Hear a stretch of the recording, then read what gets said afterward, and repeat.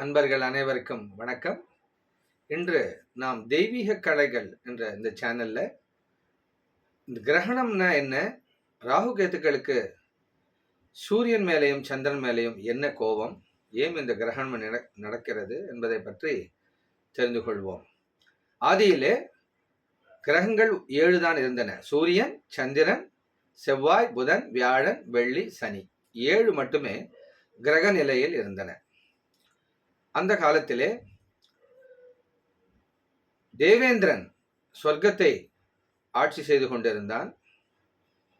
ஒரு நாள் தூர்வாச மகாமுனி தான் ஒரு பூஜைக்கு சென்று மகாலட்சுமியிடம் வரம் பெற்று ஒரு மாலையை தனக்கு பரிசாக கிடைக்க, அது யாருக்கு பரிசாக தர வேண்டும், இதை அணிய யோக்கியமானவர் யார் என்று நினைத்து கொண்டு வந்து கொண்டிருந்தார். அந்த சமயம் தேவேந்திரன் எதிரிலே வானத்திலே வர, ஆஹா, தேவர்களுக்கெல்லாம் அதிபதியாகிய இந்த தேவேந்திரனுக்கல்லவா இந்த மகாலட்சுமியின் அருள் கிடைக்க வேண்டும்.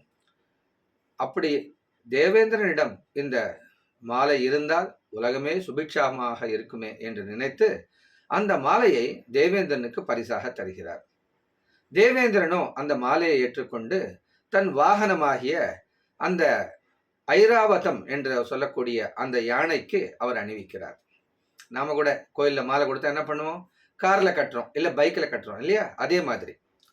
ஆனால் அந்த வெள்ளை யானை ஐராவதம் தனக்கு ஒரு விதமாக இருக்க அந்த மாலையை தன்னுடைய தும்பிக்கையால் எடுத்து கீழே போட்டு தன் காலால் மிதித்தது.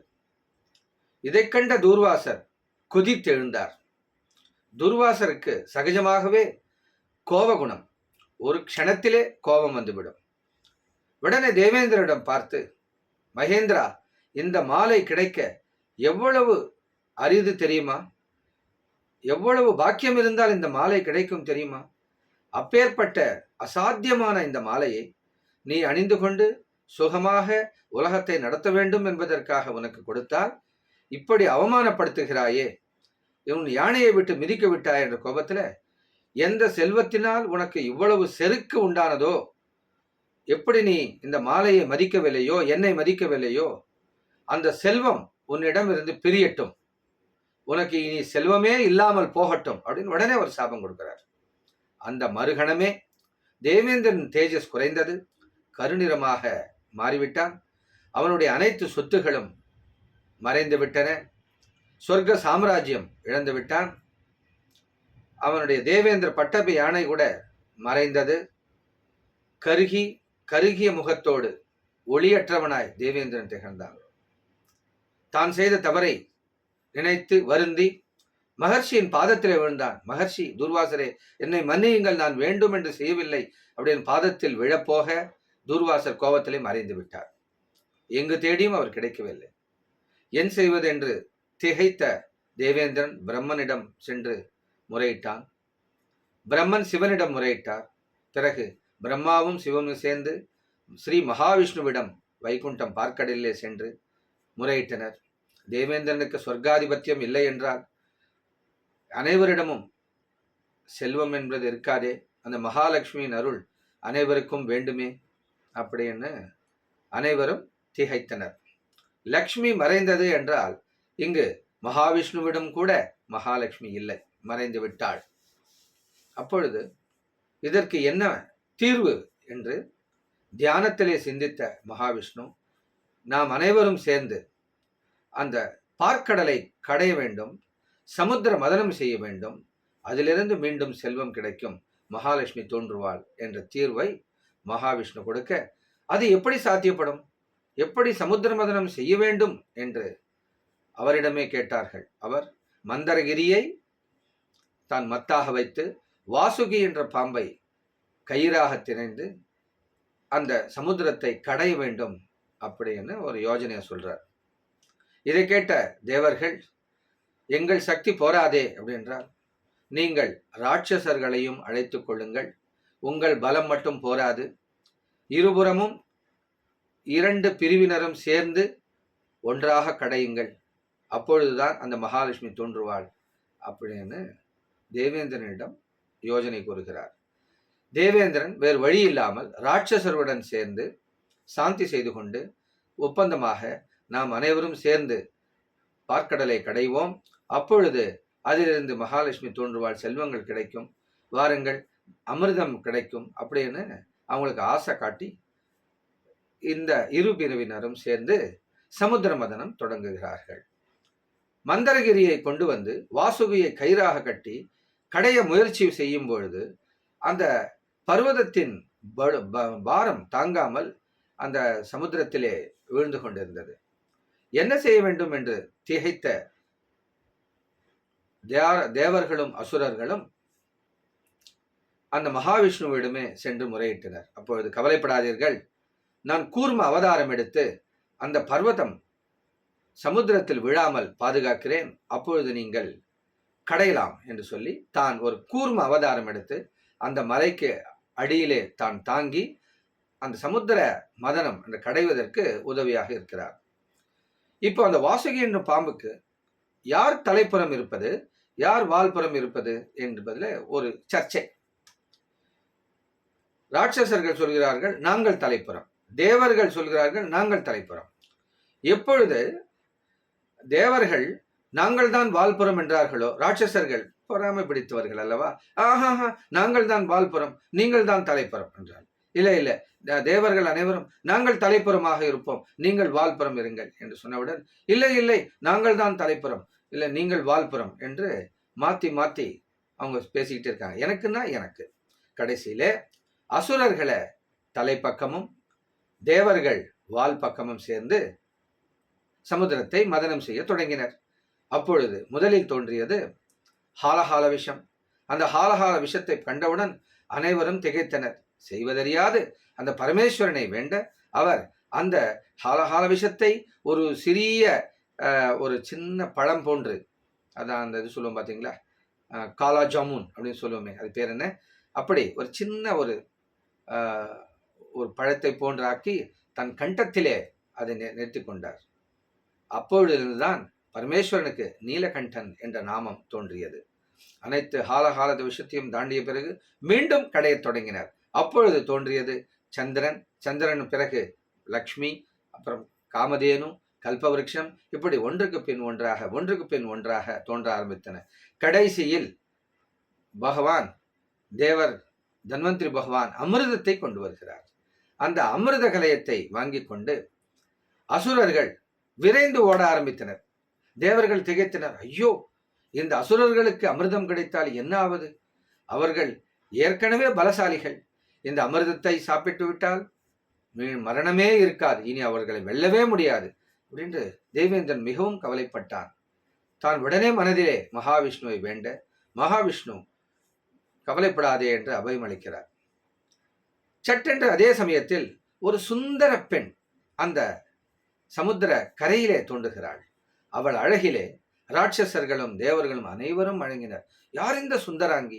அப்சர ஸ்திரீகளை விட அழகாக இருக்கிறாளே, ஆஹா என்ன அழகு, இவர்களை பார்க்க இருகண் போறவில்லையே அப்படின்னு நினைக்கிறாங்க. அப்ப முழுதுல ராட்சசர்கள் அந்த பெண் பின்னாடி போறாங்க.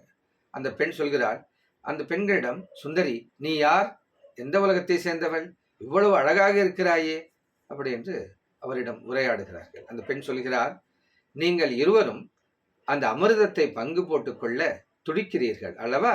ஆம், அந்த கலயத்தை என்னிடம் கொடுங்கள், நான் இருவருக்கும் சமபங்காக கொடுக்கிறேன், சம்மதமா அப்படின்னு கேட்க அவள் அழகிலே மயங்கிய ராட்சசர்கள் அந்த அமிர்த கலசத்தை அந்த அழகியிடம் கொடுக்கிறார்கள்.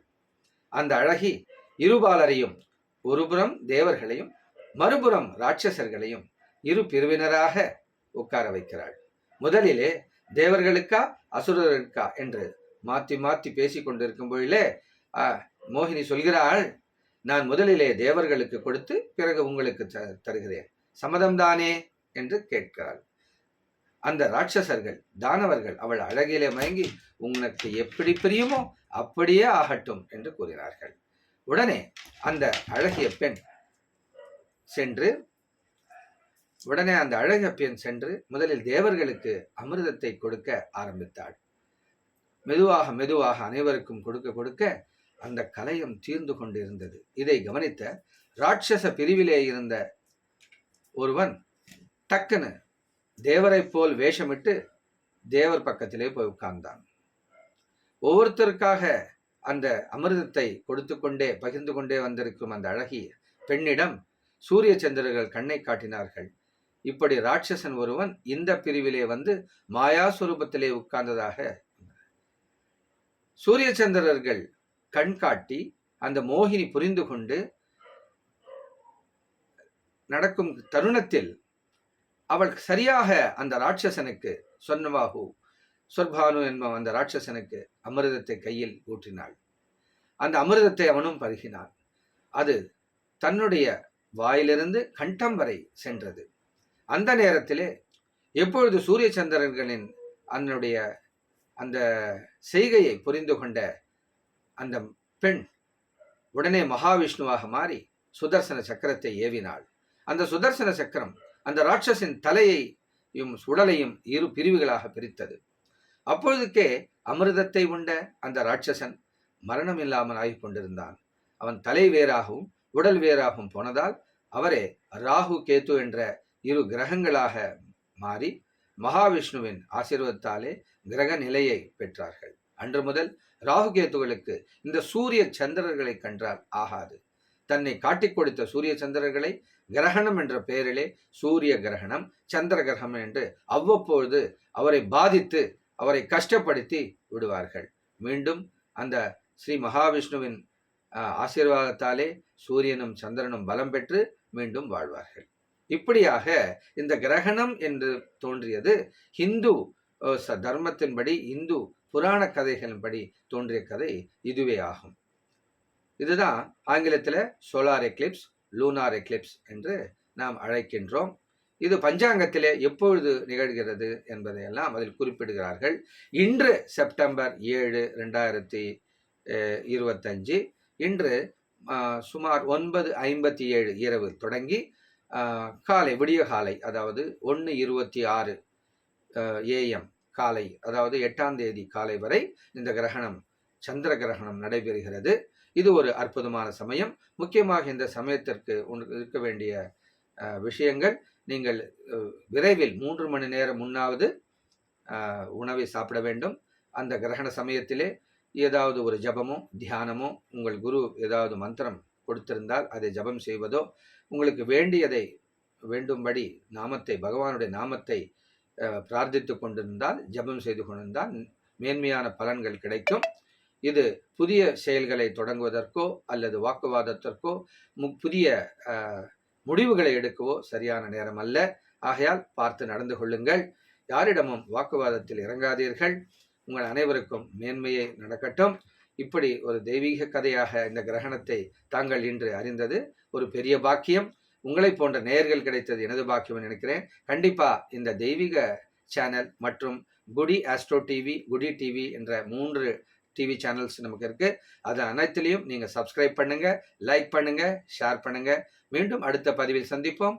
நன்றி, வணக்கம். அதுவரை உங்களிடமிருந்து விடைபெறுவது உங்கள் அன்பர் வேணுகோபால். நன்றி. வாழ்க வளமுடன்.